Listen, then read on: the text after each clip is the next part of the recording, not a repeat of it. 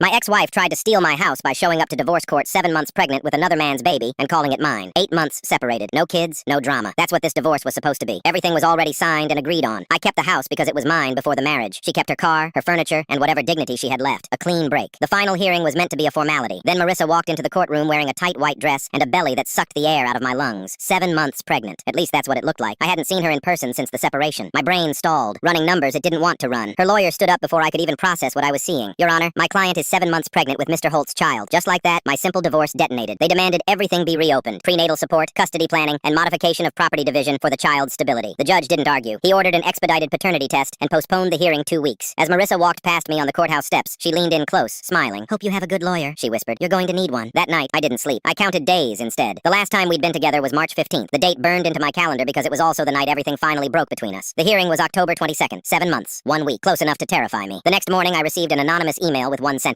"She's lying about the dates. Meet me tomorrow. Bring no one." I almost ignored it. Almost. I met the sender at a downtown cafe. Hoodie, sunglasses, shaking hands. They offered to sell me proof for $200. I refused. I wasn't buying mystery evidence from a stranger. I walked out, angry and confused. That's when I stopped trying to handle it myself. My attorney brought in Frank Delgado, private investigator, former cop, the kind of man who doesn't blink when lies start unraveling. Within days, he found what my panic couldn't. Marissa's social media told a story she forgot to delete. Photos from February with a man named Dylan Mercer, his arm around her, Valentine's dinner, a weekend beach trip in early March. She hadn't been lonely when we separated. She'd been busy. Then Frank found hospital records. Marissa had been in a minor car accident months earlier. The ER intake listed her as 21 weeks pregnant, not 7 months, 5. That's when the fraud stopped being subtle. Frank traced small bank transfers from our old joint account to her sister Tessa's account. The dates lined up with an online purchase from a costume supply website. Maternity belly, stage 3. She hadn't just lied about timing. She'd physically staged the pregnancy to look further along. The anonymous sender emailed again, this time attaching the ultrasound Marissa had submitted to the court. Frank checked the metadata. Created in 2019. Different hospital, different author, edited in Photoshop. It wasn't her ultrasound at all. The sender finally revealed herself. Kayla Summers, Dylan's ex-fiancée. She was done protecting him and furious about being dragged into the mess. She handed over text messages between Marissa and Dylan from March. "How long can Jason carry the bills? Until the divorce is final. You sure he won't ask for tests? If he does, we stall." He's clueless. Reading that hurt more than I expected. Not because I still loved her, but because of how casually she planned to ruin me. At the second hearing, Marissa doubled down. Same story. 7 months pregnant. Needed the house. Needed support. Then my attorney stood. Hospital records. Fake belly receipts. Bank transfers. Metadata mismatches. Her sister subpoenaed to testify. Tessa cracked immediately. "Yes, I altered the ultrasound date. Yes, I gave her the fake belly. She said it was the only way to keep the house." Then Dylan Mercer himself walked into the courtroom. "I'm the father," he said quietly. "I want my name on my child's birth certificate." The judge opened the DNA results. 0% probability I was the father. Over 99% that Dylan was. The silence in that courtroom was deafening. The ruling came fast. Original divorce settlement upheld. All legal costs assigned to Marissa. Immediate referral to the district attorney for perjury and fraud. No contact order between us. Effective immediately. She didn't look at me as she was led out. I didn't look at her either. She tried to take my house with a lie big enough to fake a child. She left the courtroom with charges, debt, and a future she couldn't manipulate anymore. I walked out with my name cleared and my life intact.